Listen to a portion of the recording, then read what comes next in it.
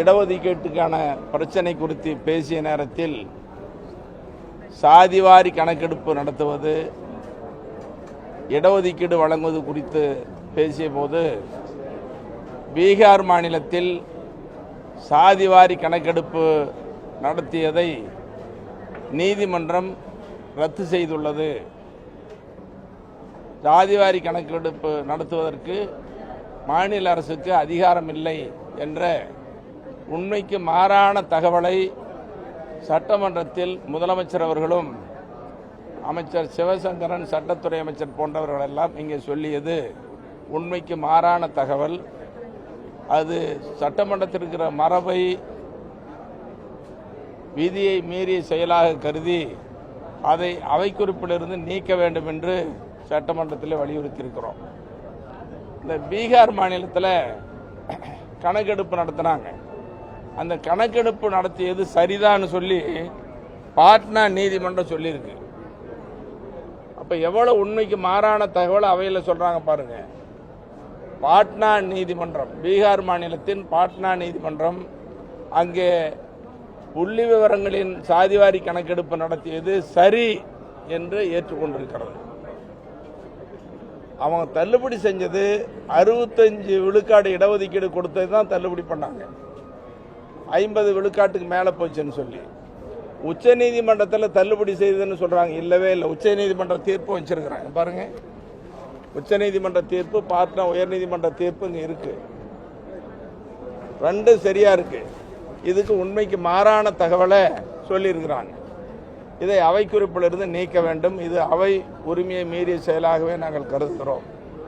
அதோட அமைச்சர் சிவசங்கரன், சட்டத்துறை அமைச்சர்லாம் அங்கே பேசினாங்க. வன்னியர்களுக்கான 10.5 இடஒதுக்கீடு வழங்குவதற்கு சாத்தியமில்லை என்ற பொருளில் சாதிவாரி கணக்கெடுப்பு நடத்தினாதான் முடியும், அது நடத்தாமல் முடியாது, அதிகாரம் இல்லைன்னு சொல்லி பேசியிருக்காங்க. சாதிவாரி கணக்கெடுப்பு நடத்துவதற்கு புள்ளி விவரங்கள் அடிப்படையில் அந்த சட்டத்தின் 2008 புள்ளி விவர சட்டத்தின் அடிப்படையில் சாதிவாரி கணக்கெடுப்பு நடத்துவதற்கு மாநில அரசாங்கத்திற்கு அதிகாரம் இருக்கிறது. அந்த அடிப்படையில் சாதிவாரி கணக்கெடுப்பு நடத்த வேண்டும் என்று வலியுறுத்துகிறோம்.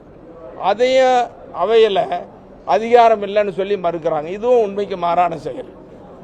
அதே மாதிரி சிவசங்கரன் அமைச்சர் பேசினார். அவர், நான் கூட இந்தியாவிலேயே அல்லது உலக அளவில் எடுத்துக்கொண்டால் கூட சமூக நீதிக்கு வழிகாட்டிய தலைவர்கள் தமிழ்நாட்டில் இருந்தாங்கிறதான் வரலாறு. நீதி கட்சியினுடைய தலைவர்கள், அதற்கு பிறகு தந்தை பெரியார், பெருந்தலைவர் காமராஜர், அரசியலமைப்பு சட்டத்தையே முதல் திருத்தம் கொண்டு வந்து தமிழ்நாடு என்ற வரலாறு தந்தை பெரியாரும் பெருந்தலைவர் காமராஜரும். அதுக்கு அடுத்தது பார்த்தீங்கன்னா இன்னைக்கு கலைஞர் இடஒதுக்கீட்டில் எம்ஜிஆர் 50% இடஒதுக்கீடு கொடுத்தார். புரட்சி தலைவி அம்மையார் அவர்கள் 69 விழுக்காட்டை இந்திய அரசியலமைப்பு சட்டம் 9வது அட்டவணையில் சேர்த்தாங்க. இப்படி ஒவ்வொரு தலைவர்களுக்கும் சமூக நீதியினுடைய வரலாறு படிப்படியாக இருந்திருக்கு, இல்லைன்னு மறுக்கலை. இதையெல்லாம் தாண்டி இன்னைக்கு தமிழ்நாட்டை தாண்டி, இந்தியாவை தாண்டி இன்னைக்கு உலக அளவில் வழிகாட்டக்கூடிய ஒரு உலக சமூக நீதி பேரறிஞரா, உலக சமூக நீதி காவலரா தமிழ்நாட்டில் ஒருத்தர் தோன்றி இருக்கிற மாதிரி ஒரு தோற்றத்தை உருவாக்குறாரு. அவர் யாருன்னா அவர் தான் அமைச்சர் சிவசங்கரன். இவர் பேச்சு சாதாரணமான பேச்சு அல்ல. எங்கே பேசுறது? இது சட்டமன்றம். இன்னைக்கு தேர்தல் பிரச்சார கூட்டமாக இருக்கலாம், அல்லது ஒரு தெருமுனையில் போய் நின்றுக்கிட்டு யார் வேணாலும் பேசலாம், மூன்றாந்தர பேச்சாளர்கள் பேசலாம், எப்படி வேணாலும் பேசலாம். ஆனால் அவையில் பேசுவதற்கு உண்மையை பேசணும், சரியாக பேசணும். அப்படி பேசாமல் சிவசங்கரன் இன்னைக்கு மூன்றாந்தர பேச்சாளரை போல, நான்காந்தர பேச்சாளரை போல ஒரு சந்தையில் அல்லது முச்சந்தியில் நின்று பேசுவதை போல சட்டமன்றத்தில் பேசுகிறார். இன்னைக்கு எங்கள் மருத்துவரையா அவர்கள் பதவிக்கு போகாமலே போராடியே 6 இடஒதுக்கீடுகளை பெற்றுக் கொடுத்தார். அது வரலாறு. நிறைவேற்றியது மத்திய அரசு, மாநில அரசாக இருக்கலாம். அதுக்கு காரணமானவர் மருத்துவரையா. எப்படி காரணமானவர்னு சொன்னால், இன்னைக்கு பிற்படுத்தப்பட்டவர்கள் இடஒதுக்கீட்டிலிருந்து மிக பிற்படுத்தப்பட்டவர்கள் இடஒதுக்கீடு 20 விழுக்காடு வர்றதுக்கு மருத்துவரையாவினுடைய 10 ஆண்டு கால போராட்டம், 1.5 லட்சம் பேர் ஜெயிலுக்கு போய் 21 உயிர்களை பலி கொடுத்து மிக பிற்படுத்தப்பட்டியலில் 20 விழுக்காடு கலைஞர் வழங்கினார். இது ஒரு வரலாறு. இஸ்லாமியர்களுக்கு இடஒதுக்கீடு, இது கேட்டது போராடினது மருத்துவரையா. இஸ்லாமியர் இடஒதுக்கீட்டுக்காக பாட்டாளி மக்கள் கட்சியின் சார்பில் 7 மாநாடுகளை நடத்தினோம், மண்டல மாநாடுகளை. இறுதியில் திருச்சியில் மருத்துவரையா பேசுறாரு. பேசும்பொழுது நான் எழுத சொன்னேன், ஐயா இனிமேல் மாநாடு வேண்டாம், இஸ்லாமியர்களுக்கு இடஒதுக்கீட்டுக்கு போராட்டம்னு சொன்ன உடனே அன்னைக்கு ஐயா பேசினாரு, இனி முதலமைச்சர் கலைஞர் அவர்களே இஸ்லாமியர் இடஒதுக்கீடு கொடுக்கலன்னு சொன்னா நானே தலைமையேற்று களமிறங்கி போராடுவேன்னு சொன்னார். அடுத்த நாள் காலையில் 7:30 மணிக்கு கலைஞர் என்கிட்ட பேசுறாரு, மணி உங்க டாக்டருக்கு உங்களுக்கு வேலை இல்லையா மணி, இஸ்லாமியர்கள் ஏன் இப்படி தூண்டி விடுறீங்கன்னு கேட்டார். இல்லைனா இஸ்லாமியர்கள் அதிகம் படிக்காதவங்களாம் வேலையில் இல்லாத இடஒதுக்கீடு வேணும்னு சொன்ன பின்னாடி வாகமணி நேரில் பேசலான்னார். என்னை அழைச்சி பேசினார். அதற்கு பிறகு இஸ்லாமிய தலைவர்கள் அழைச்சி பேசி அதற்கு பிறகுதான் 3.5 விழுக்காடு இடஒதுக்கீடு. இதுக்கு காரணம் மருத்துவரையா. நான் அதிகமாக பேசுகிறேன், தயவுசெய்து தப்பாக நினைக்காதீங்க, உண்மையை சொல்லுங்கிறதுக்காக நீ சொல்கிறது வெளிப்படையா. அருந்ததியர் இடஒதுக்கீடு, அடித்தட்டில் வாழக்கூடிய மக்கள் அவங்களுக்கு இடஒதுக்கீடு மாநாடு நடத்தணும். உயர்நீதிமன்றத்தில் பாமக வழக்கு போட்டோம், நடக்கலை. மருத்துவரையாவும் பேசி பார்த்தார், நானும் பேசி பார்த்தோம். அருந்ததியில் 3 சமுதாய சங்கங்கள், ஜாதி சங்கங்கள் அவங்கெல்லாம் அழைச்சி பணிக்கிற ஓட்டில் நான் பேசிக்கிட்டு இருந்தேன். அப்போ கலைஞர் உடனே ஃபோன் பண்ணி நேரில் வாங்க நான் போனேன். ஏன் பண்ணி இந்த அருந்ததியர்களை இப்படிலாம் தூண்டி விடுறீங்க? தூண்டி விடல, அவங்களுக்கு இடஒதுக்கீடு வேணும்னு சொன்ன உடனே நாளைக்கு அருந்ததியர்கள்லாம் கூட்டிகிட்டு வாங்க அந்த தலைவர்கள்னு சொல்லி கோட்டையில் இதே தலைமைச் செயலகத்தில் என்னை வச்சு பேசினார். எவ்வளோ கொடுக்கலான்னு நீங்களே முடிவு பண்ணுன்னு சொன்னோம். அப்புறம் 3 விழுக்காடுன்னு அறிவித்தார். மருத்துவரையா சொன்னார்னு சொன்னேன். இப்படி மருத்துவரையாவும் பாட்டாளி மக்கள் கட்சியும் அருந்ததியர் இடஒதுக்கீட்டுக்கு காரணம். இப்படி தமிழ்நாட்டில் இன்னைக்கு 10.5 விழுக்காடு இடஒதுக்கீடு, இது மருத்துவரையா பாட்டாளி மக்கள் கட்சி. தமிழ்நாட்டில் 4 இடஒதுக்கீடுகளை பெறுவதற்கு காரணமாக இருந்தவர் மருத்துவரையா. அதே மாதிரி மத்திய அரசில் பார்த்தீங்கன்னா இன்னைக்கு நேற்றுக்கு தான் விபி சிங் பிறந்த நாள், அவரை போற்றுவோம். விபி சிங் மத்திய அரசின் வேலைவாய்ப்பில் இதர பிற்படுத்தப்பட்ட வகுப்பினர் ஓபிசிக்கு 20 விழுக்காடு இடஒதுக்கீடு கொடுத்தார். ஆனால் படிப்பதற்கு இடஒதுக்கீடு இல்லை. அதை மத்திய அரசில் பாமக இடம்பெற்றிருந்த நேரத்தில் கூட்டணி கட்சி தலைவர்கள் கூட்டம், யூபிஏ கூட்டம், அந்த கூட்டத்தில் மருத்துவரையா கலந்துக்கிட்டு வேலைக்கு போகிறதுக்கு விபி சிங் கொடுத்தாரு. படிக்கிறதுக்கு இடஒதுக்கீட்டு இல்லையே, மத்திய அரசு கல்வியில் வற்புறுத்தி சண்டை போட்டு அன்னைக்கு இருந்த அம்மையார் சோனியா காந்தி உள்ளிட்ட தலைவர்கள் அதில் கலந்துக்கிட்டவர் நம்ம டிஆர் பாலு, நம்ம தயாநிதி மாறன், இவங்களுக்கு தெரியும், சிதம்பரத்துக்கு தெரியும். அப்படி மருத்துவரையாவினுடைய கோரிக்கை ஏற்று அந்த கூட்டணி கட்சி தலைவர்கள் கூட்டத்தில் தீர்மானம் போட்டு நாடாளுமன்றத்தில் சட்டமாக்கி இன்னைக்கு மத்திய அரசு கல்வி நிறுவனங்களில் 27 விழுக்காடு பெற்றதுன்னு சொன்னால் மருத்துவரையா காரணம். அதே மாதிரி இன்னொரு உண்மை உங்களுக்கு தெரியாது, பட்டியலின மக்கள் எஸ்சி மக்களுக்கும் மலைவாழ் மக்களுக்கும் மருத்துவ பட்ட மேற்படிப்பில் இடஒதுக்கீடே இல்லை. அந்த இடஒதுக்கீடு வேணும்னு நீண்ட காலமாக போராடிக்கிட்டு இருந்தாங்க. மருத்துவர் அன்புமணி அவர்கள் மத்திய அமைச்சராக இருந்த நேரத்தில் தான் அந்த சட்டத்தையே கொண்டு வந்து அவர் மருத்துவ பட்ட மேற்படிப்பில் பட்டியலின மக்கள் எஸ்சி மக்களுக்கும் பழங்குடியின மக்களுக்கும் எஸ்டி மக்களுக்கும் இடஒதுக்கீடு 15/7 22 விழுக்காடு இடஒதுக்கீடு வழங்கியது மருத்துவர் அன்புமணி பாட்டாளி மக்கள் கட்சி. அதை ஏற்றுக்கொண்டு பூட்டா சிங் வந்து பாராட்டு விழாவை நடத்தினார். அன்னைக்கு SC/ST ஆணையத்தினுடைய தலைவர் பூட்டா சிங். இதெல்லாம் குறிப்பிடுவதற்கு காரணம், பதவிக்கு போகாமலே பாட்டாளி மக்கள் கட்சியை நடத்தி கொண்டு போராட்டத்தின் வாயிலாக பல மாநாடுகளின் வாயிலாக இடஒதுக்கீடு பெற்றுக் கொடுத்த மருத்துவரையா அவர்களை பார்த்து இன்னைக்கு அமைச்சர் சிவசங்கரன் கொச்சைப்படுத்துறாரு. வாய் புளித்ததோ மாங்காய் புளித்ததோங்கிற மாதிரி. அது எப்படி இருக்குதுன்னு சொன்னா, மிக உயர்ந்த மலை, இமயமலை, எவரெஸ்ட் சிகரம், அதுக்கு அடியில் போய் நின்றுட்டு பேசுற மாதிரி. ஒரு இமயமலையினுடைய அடிவாரத்தில் போய் நின்றுட்டு நான் என்ன சொல்றேன்னு உங்களுக்கு புரிய நினைக்கிறேன். மலைக்கு அடியில் போய் பேசுறாரு யார்? சிவசங்கரன். அப்போ இதுலேருந்து என்ன தெரியுதுன்னா, நான் சொன்னேன், நீதி கட்சி காலத்திலிருந்து தலைவர்கள் தமிழ்நாட்டுக்கு வழிகாட்டியவர்கள். இந்தியாவில் இன்னைக்கு அம்பேத்கர், மகாத்மா புலே போன்ற தலைவர்கள் சமூக நீதிக்கு வழிகாட்டியவர். இவங்க எல்லாம் மிஞ்சிய தலைவர் தான் உலக சமூக நீதி பேரறிஞர், உலக சமூக நீதி காவலராக நம்ம அமைச்சர் சிவசங்கரனை பார்க்குறேன். அவர் சொல்லியிருக்காரு, வன்னியர்களுக்கு 10.5க்கு மேலே இடஒதுக்கீடு வழங்கப்பட்டிருக்கிறது அப்படின்னு சொல்றாரு. நாங்கள் இல்லவே இல்லைன்னு சொல்றேன். சிவசங்கரனுக்கு, அமைச்சருக்கு சொல்றேன், முதலமைச்சருக்கு சொல்றேன், தமிழரசுக்கு சொல்றேன், தமிழக அரசுக்கும் சொல்றேன். 10.5 விழுக்காடு இடஒதுக்கீட்டுக்கு மேலே 10.5க்கு மேலே இடஒதுக்கீடு குரூப் 1. குரூப் 1ல பார்த்தீங்கன்னா இன்னைக்கு நிறைய பதவி, டிஎஸ்பி, டெப்டி கலெக்டர் உள்ளிட்ட ஏராளமான பதவிகள் இருக்கு, நிறைய இருக்கு நான் சொல்றேன். அதுதான் நாளைக்கு ஐஏஎஸ் ஐபிஎஸ் வர்றாங்க. அப்படி குரூப் 1 பதவி, இந்த உயர்ந்த பதவிகள், முக்கியமான பதவிகளில் 10.5க்கு மேலே வன்னியர்களுக்கு இடஒதுக்கீடு கிடைச்சிருந்தா இந்த ஜி.கே. மணி சட்டமன்ற உறுப்பினர் பதவியை இன்றே ராஜினாமா செய்கிறேன், நிரூபித்தார். பொது வாழ்க்கையிலிருந்து விலகிக் கொள்கிறேன். ஆனால் சொன்ன அமைச்சர் சிவசங்கரன், அதோடு பேசிய அமைச்சர்கள்லாம் நிரூபிக்கலன்னு சொன்னால் அமைச்சர் பதவியை ராஜினாமா செய்வார்களா, பொது வாழ்க்கையிலிருந்து விலகுவார்களா? விலக வேண்டும். இது ஒரு பெரிய சமுதாயத்தினுடைய பிரச்சனை, இடஒதுக்கீடு பிரச்சனை. இன்னைக்கு உச்சநீதிமன்றத்துக்கு மேல்முறையீடு செய்தது தமிழக அரசு தான்.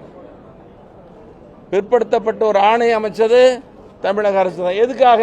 10.5 விழுக்காடு இடஒதுக்கீட்டுக்காக 3 வருஷமா பேசிக்கிட்டு இருந்தோம். பேசிட்டு இப்ப கடைசி நேரத்தில் சாதிவாரி கணக்கெடுப்பு நடத்தாதான் வழங்கப்படும்.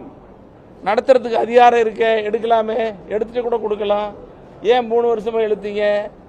இதுதான் பெரும்பான்மையாக வாழக்கூடிய வன்னியர் சமுதாய மக்கள் மத்தியில் இன்னைக்கு மிகப்பெரிய அதிர்ச்சி, வேதனை, கொந்தளிப்பு ஏற்பட்டிருக்கிறது. சமூக நீதியில் ஆர்வம் உள்ளவர்களாக இதை பெரிய கொந்தளிப்பாக பார்க்குறாங்க. இன்னொன்றை கேட்டுக்கொள்கிறேன், இப்படி ராஜினாமா பண்ணுறது ஒரு பக்கம், நான் தமிழக அரசையும் அமைச்சர் சிவசங்கரன் அவர்களையும் கேட்டுக்கொள்வதெல்லாம் இந்த வன்னியர்களுக்கான இடஒதுக்கீட்டு புள்ளி விவரத்தை ஒரு வெள்ளை அறிக்கையாக வெளியிட வேண்டும். நாட்டு மக்களுக்கு தெரியும் வன்னியர்களுக்கு எவ்வளோ இடஒதுக்கீடு கிடைச்சிருக்குது. குரூப் 1, குரூப் 2 இப்படி உயர்ந்த பதவிகள், எல்லா பதவிகள்லையும் எவ்வளோ கிடைச்சிருக்கு வெள்ளை அறிக்கையாக வெளியிடணும். அப்புறம் சமூக நீதிக்கு வித்திட்ட மாநிலம், அடித்தட மாநிலம் அரசுன்னு இன்னைக்கு நம்ம பேசிட்டு இருக்கிறாங்க. அப்போ பிற்படுத்தப்பட்டவர்களுக்கான இடஒதுக்கீடு, இன்னைக்கு பிற்படுத்தப்பட்டவர்களில் நாயுடு, நாடாறு, செட்டியார், முத்தரையர், முக்குளத்தோர், கொங்குவேலாளர் கவுண்டர், வேட்டுவ கவுண்டர் எல்லா 104 சாதிகளுக்கு மேலே இருக்கிறாங்க. அப்போ அந்த சாதிகளுக்கு அநீதி இருக்கிறது பிசி இடஒதுக்கீட்டில். இதை நான் சட்டமன்றத்தில் பலமுறை பேசியிருக்கிறேன். பிசி இடஒதுக்கீட்டை பல தொகுப்புகளாக பிரித்து கொடுங்கள், கம்பார்ட்மெண்ட் ரிசர்வேஷன் கொடுங்கன்னு சொன்னோம். சட்டமன்றத்தில் பேசிட்டு தான், வன்னியர்களுக்கு மட்டும் கேட்கல, அவங்களுக்கும் கேட்குறோம். இப்போ கேட்குறேன், இந்த பிற்படுத்தப்பட்டவர்களுக்கான இடஒதுக்கீடு 30 விழுக்காடு, இஸ்லாமியர்களுக்கு 3 போக மீதி 26 இருக்குதுல்ல, அதில் எந்தெந்த ஜாதிக்கு எவ்வளோ கிடைச்சிருக்குது வெள்ளை அறிக்கையாக வெளியிடுங்க. வெள்ளை அறிக்கை வேணும். சமூக நீதி காக்கிற அரசு, சமூக நீதியை முக்கியத்துவம் கொடுக்குற அரசுன்னு சொல்றீங்கல்ல, இப்போ எல்லா ஜாதிக்கும் சமூக நீதி, சமநீதி கிடைக்கணும் இல்லை? அப்போ ஒட்டுமொத்தமாக பிற்படுத்தப்பட்டோர் பட்டியலில் இருக்கிற எல்லா சாதிகளுக்கும் சரியான இடஒதுக்கீடு கிடைக்கிறதா என்பதற்கு அரசு ஒரு வெள்ளை அறிக்கை வேண்டும், வெளியிட வேண்டும். அதே மாதிரி எஸ்சிக்கு 18 விழுக்காடு இருக்கு, அந்த இடஒதுக்கீட்டில் எவ்வளோ கிடைக்குதுன்னு ஒரு வெள்ளை அறிக்கை வேணும். இப்போ இந்த வெள்ளை அறிக்கையெல்லாம் கொடுத்தாதான் தமிழ்நாட்டில் சமூக நீதி, இடஒதுக்கீடு சரியாக பின்பற்றப்படுகிறது என்பது பொருளாகும். ஆகவே தமிழக அரசை நான் வலியுறுத்தி கேட்டுக்கொள்வது, வன்னியர்களுக்கான இடஒதுக்கீடு குறித்த ஒரு வெள்ளை அறிக்கை எம்பிசியில். எம்பிசி 20 விழுக்காட்டில் வன்னியர்களுக்கு முக்கிய பதவிகள் குரூப் 1, குரூப் 2 எவ்வளோ கிடைச்சிருக்குது, இது ஒரு வெள்ளை அறிக்கை. அதே போல பிற்படுத்தப்பட்டோர் பட்டியல் பிசியில் இருக்கிற எல்லா சாதிகளுக்கும் எந்தெந்த அளவுக்கு கிடைச்சிருக்குதுன்னு ஒரு வெள்ளை அறிக்கை.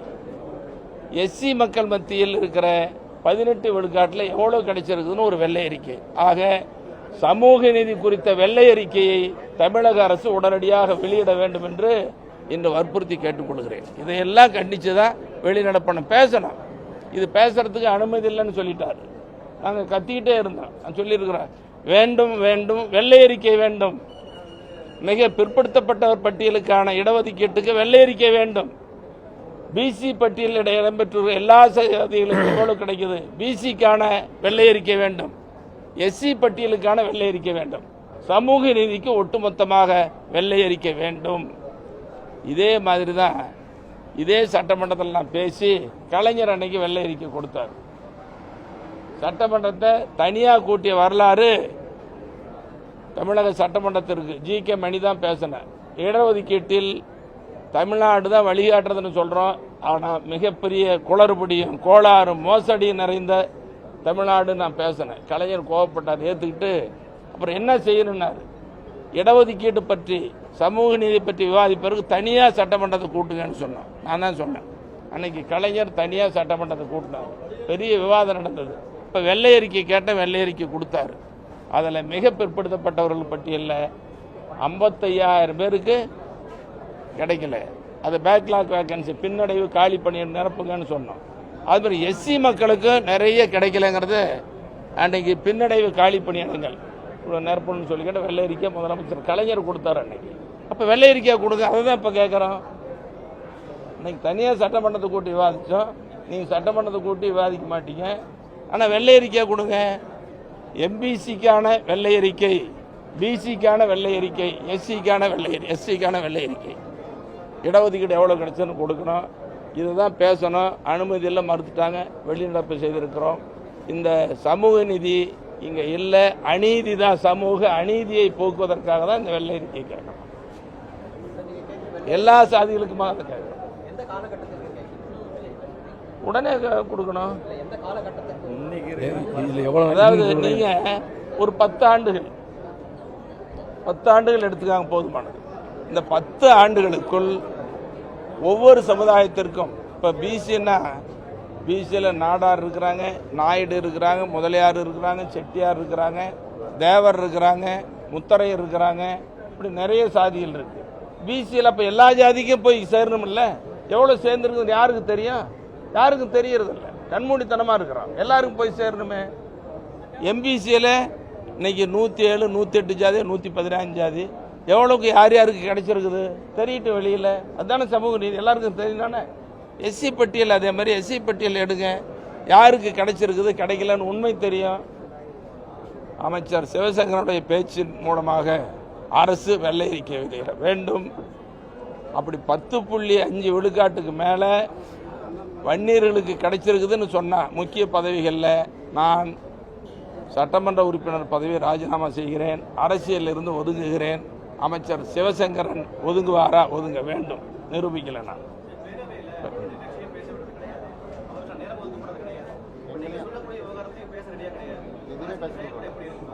இல்லை, அதாவது சும்மா இப்போ கடைசியில் பேசும் பொழுது 1 நிமிஷத்தில் பேசணும்னு சொல்கிறார் சபாநாயகர். இது எப்படி 1 நிமிஷத்தில் சொல்ல முடியும்? நிறைய பிரச்சனைகள் பேசுனாலும் கூட இது எவ்வளோ முக்கியத்துவம் வாய்ந்த பிரச்சனை நினச்சி பாருங்கள். என்ன சொல்கிறாங்கன்னா, சமூக நீதினு சொன்னாவே ஜாதி பிரச்சனைன்னு சொல்கிறாங்க. ஜாதியின் பெயரால் தான் இடஒதுக்கீடு. படிக்கிறதுக்கும் வேலைக்கு போகிறதுக்கும் ஜாதியின் பெயரால் இடஒதுக்கீடு. அப்போ ஜாதியை பேசாமல் வேறு எதை பேசுறது? அதுக்கு இடம் வேணுமா வேண்டாமா? இப்போ நான் சொல்லணேன், வன்னியர்களுக்கு மட்டுமல்ல, மிக பிற்படுத்தப்பட்டவர் பட்டியலில் 20 விழுக்காட்டில் எந்தெந்த ஜாதிக்கு எவ்வளோ கிடைக்குது, பிசி பட்டியலில் இருக்கிற 30 விழுக்காடு இஸ்லாமியர் உட்பட எந்தெந்த ஜாதிக்கு எவ்வளோ கிடைக்குது, எஸ்சி பட்டியல் 18 விழுக்காடு, எஸ்டியில் 1, ஆக மொத்தம் 69 விழுக்காட்டில் எந்தெந்த சமுதாயத்திற்கு எந்தெந்த ஜாதிக்கு எவ்வளவு கிடைத்திருக்கிறது என்ற வெள்ளை அறிக்கை வேண்டும். இதுதான் இன்னைக்கு எல்லா ஜாதி மக்களும் எதிர்பார்க்கறது. இது கிடைச்சதுனாவே அந்தந்த மக்களுக்கு சந்தோஷப்படுறவங்களும் உண்டு, ஆத்திரப்படுறவங்களும் உண்டு, கொந்தளிக்கிறவங்களும் ஏற்படும். அதுதான் சமூக நீதி சரியாக பண்ணுங்கன்னு பாமக வலியுறுத்துறோம். அதை கண்டித்து தான் வெளிநடப்பு பண்ணிக்கிறோம்.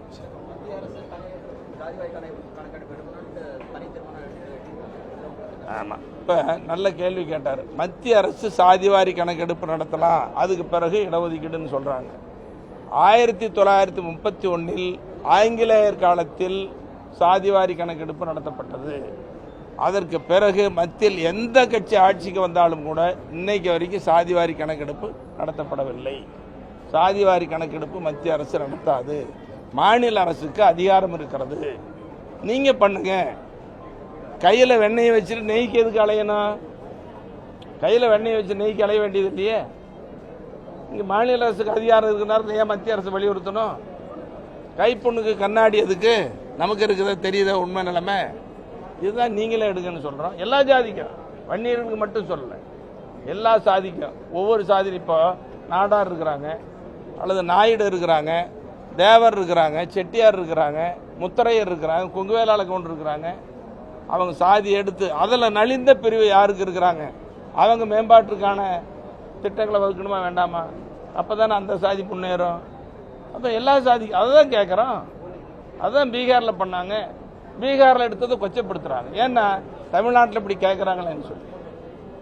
உண்மையான சமூக நீதிங்க. நீங்கள் நினச்சி பாருங்கள், சமூக நீதி என்பதனுடைய பொருளை என்ன தெரியுமா?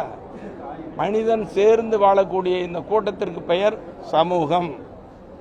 இந்த மனித சமூகத்தில் அநீதி இருக்கிறது. என்ன அநீதி? உண்ண உணவு, உடுக்க உடை, இருக்க வீடு, படிக்க இடம், வேலை வாய்ப்பு, இதெல்லாம் சரியா இல்லை. ஏற்றத்தாழ்வு இருக்கிறது, மேடு பள்ளங்கள் இருக்கிறது, அதை சமப்படுத்துவது, இந்த சமூகத்தில் இருக்கிற அநீதியை போக்குவது தான் சமூக நீதி.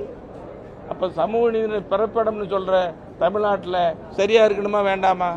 சரியா இல்லையே. இதுதான் கலைஞர் காலத்திலையும் சொன்னேன். நீங்கள் கோவப்படாமல் அவர் கேட்டுக்கிட்டார், நானும் கோவப்படாமல் சொன்னேன். முதலமைச்சர் கலைஞர் அவர்களே, சமூக நீதியினுடைய பிறப்பிடம்னு சொல்கிறீங்க, ஆனால் பட்டியலிட்டு பார்த்தீங்கன்னா தமிழ்நாட்டில் தான் சமூக நீதியில் மிகப்பெரிய குளறுபடி இருக்கிறது, கோளாறு இருக்கிறது, மோசடி இருக்கிறது அப்படின்னு சொன்னேன். எப்படி சொல்கிறீங்கன்னாரு. பக்கத்தில் இருக்கிற கேரளா மாநிலத்தில் பாருங்கள், இன்னைக்கு அங்கே இருக்கக்கூடிய சமுதாயங்கள்லாம் பிரிச்சிருக்கிறாங்க. ஈழவர் சமுதாயத்திற்கு 14 விழுக்காடு இடஒதுக்கீடு, லத்தீன் கிறிஸ்டியனுக்கு 12 விழுக்காடு இடஒதுக்கீடு, விஸ்வகர்மா சமுதாயத்திற்கு 2 விழுக்காடு இடஒதுக்கீடு, நாடார் சமுதாயத்திற்கு 3 விழுக்காடு பிரித்து கொடுத்துருக்குறாங்க. கேரளாவில் சாதியே இல்லைங்களும் அவங்க பிரித்து கொடுக்குறாங்க. ஆந்திராவில் அப்படி இருக்குது, மற்ற மாநிலங்கள் அப்படி இருக்குது. அப்போ அந்த சமூக நீதி பிறப்பிடமாக இருக்கிற தமிழ்நாட்டில் ஏன் அப்படி இருக்கக்கூடாது? ஏன் பிசி இடஒதுக்கீட்டை 26% முஸ்லீம் சேர்த்து 30 வச்சிருக்கிறீங்க? பல தொகுப்பாக பிரிங்க, எல்லா ஜாதிக்கும் பரவலாக போய் சேரும். இதை தான் கேட்குறோம் நாங்கள். பன்னீருக்கும் கொடுங்க, எல்லா சமுதாயத்திற்கும் கொடுங்க. இதில் என்ன தப்பு இருக்குது? புள்ளி விவரத்தை வெளியிடுங்க, வெள்ளை அறிக்கை வெளியிடுங்க.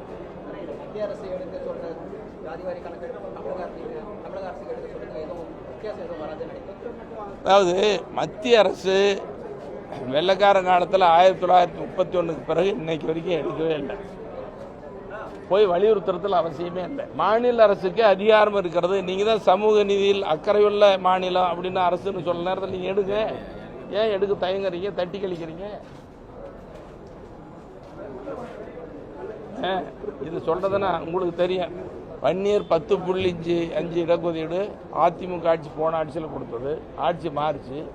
இதுக்கு பிறகு திமுக ஆட்சியில் கொடுக்குறேன்னு தானே சொன்னாங்க. உங்களுக்குலாம் தெரியும் தானே எத்தனை கூட்டங்கள் நடத்தப்பட்டது, எத்தனை முறை முதலமைச்சரை பார்த்தோம், மருத்துவரையை பார்த்தினாரு, அன்புமணி பார்த்தாரு, நான் பார்த்தேன், எங்கள் குழு பார்த்தேன். அதிக தேர்வு இப்போ மதுரை நீதிமன்றம் தள்ளுபடி பண்ணிச்சு. அது எடுத்தாங்க ஒத்தான்னு தள்ளுபடி பண்ணிச்சு. உச்ச நீதிமன்றத்துக்கு மேல்முறையீடு செய்தது யார? மாநில அரசாங்கம் தானே. மேல்முறையீடு செஞ்சு நல்ல தீர்ப்பு வாங்கினாங்க. என்ன சொல்லிச்சு? மதுரை நீதிமன்றம் சொன்ன 7 தீர்ப்பை 6 தள்ளுபடி பண்ணிட்டு புள்ளி விவரங்கள் தரவுகள் அடிப்படையில் வன்னியர்களுக்கு வழங்கலாம் நம்ம உச்ச நீதிமன்றம் சொல்லிச்சு. அதை பண்ணுறதுக்காக தான் பிற்படுத்தப்பட்டோர் நல ஆணையம் தமிழக அரசு அமைத்தது. அது 3 மாதம் தான். இன்னைக்கு 1 வருஷத்துக்கு மேலே ஆயிடுச்சு. அறிக்கை வாங்கவே இல்லையே. ஒரு காலம் கடத்துறது. இப்போ கடைசியில் இவ்வளவு காலமாக நடந்துட்டு நீங்கள் தட்டி கழிப்பதற்காக 10.5 விழுக்காடு இடஒதுக்கீட்டை தட்டி கழிப்பதற்காக, இல்லை என்று சொல்வதற்காக இன்னைக்கு சாதிவாரி கணக்கெடுப்பு புதுசாக ஆரம்பிச்சிருக்காங்க. இது புதிய வேடம், புதிய நாடகம். சரி, முடிச்சுக்கலாம். நான் ரொம்ப நேரம் சொல்லிட்டேன். இது உண்மை தெரியணும். எல்லா ஜாதிக்குமான வெள்ளை அறிக்கை கொடுங்க. நன்றி, வணக்கம்.